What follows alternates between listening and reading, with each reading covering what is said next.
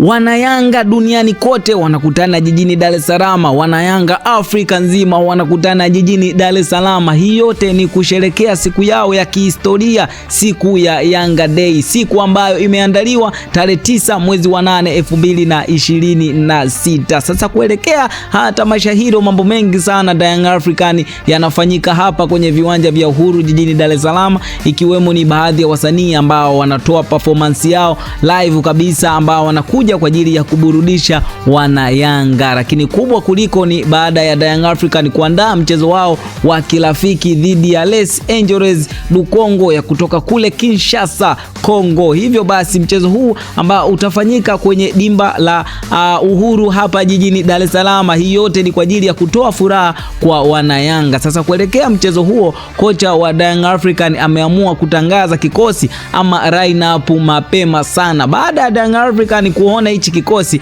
wengi wao wametabasamu na kumpa pongezi nyingi sana kocha, kwa maana Young African wamefanya sajili nyingi sana ambazo zimekuja kuongeza nguvu kwenye kikosi cha Young African, ambapo kocha amewapa baadhi ya nyota kadhaa nafasi ya kuanza kwenye kikosi hicho cha Young African kutokana na vitu ambavyo wanavyo, lakini pia vitu ambavyo watakuja kuonesha wananchi. Sasa twende tukatazame, je, ni kikosi gani hichi ambacho amekipanga kocha mpaka wanayanga wote wamemsifia. Wewe kama mwanayanga basi ungana nasi mwanzo mpaka mwisho wa hii video, lakini pia usisahau kutuambia kwenye comment hapo, tuambie wewe ni mwanayanga, unasherekea siku ya Yanga Day ukiwa mkoa gani, ama unaitakia Yanga Day siku heri ukiwa mkoa gani ama nchi gani? Tuambie hapo kwenye comment. Sasa kuelekea tamasha hilo la Young African, Yanga wameandaa mechi yao ya kirafiki dhidi ya Les du Congo kutoka kule Kinshasa, Kongo. Mchezo huo ambao utapigwa majira ya saa 2 kamili za usiku. Na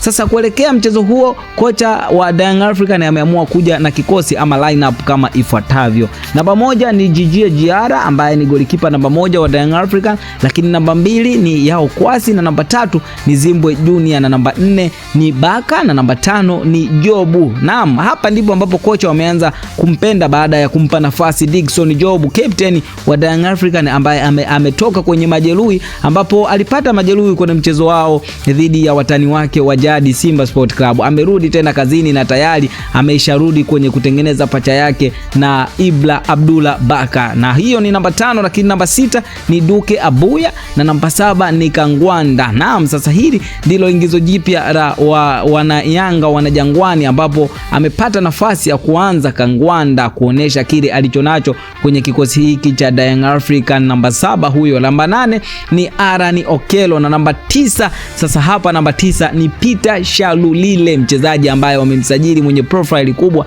akitokea kule South Africa, Mamelodi Sundowns. Lakini namba 10 ni Maxim Pia Nzingeli, na namba 11 ni Zoko Hani. Huyu ndiye pia ni mchezaji mpya wa Young African. Ukianza kuangalia kocha, nature ya hichi kikosi ni kwamba kocha ameingiza maingizo mapya. Tumeona baadhi ya wachezaji ambao ni wapya, lakini pia wachezaji ambao wametoka majeruhi wamepata nafasi kwa ajili ya kuonesha kile walichonacho. Ukianza kumwangalia Dickson Job ambaye alipata majeruhi kwenye mchezo wao dhidi ya Simba Sport Club, lakini pia kocha amempa nafasi ya kumwanzisha kwenye kikosi hiki cha siku ya wananchi. Lakini pia namba 7 Kangwanda ambaye wamemsajili ni ingizo jipya la Young African, naye pia amepata nafasi ya kuanza, lakini bila kumsahau mchezaji mwenye profile kubwa Peter Shalulile. Hapa ndipo tumaini la wanayanga lipo kwingi kwa ajili ya kumwangalia Peter Shalulile. Nini maajabu ya Peter Shalulile atayafanya? Tusubiri mchezo huo. Lakini namba 11 Zoko Yani ambaye pia amepata nafasi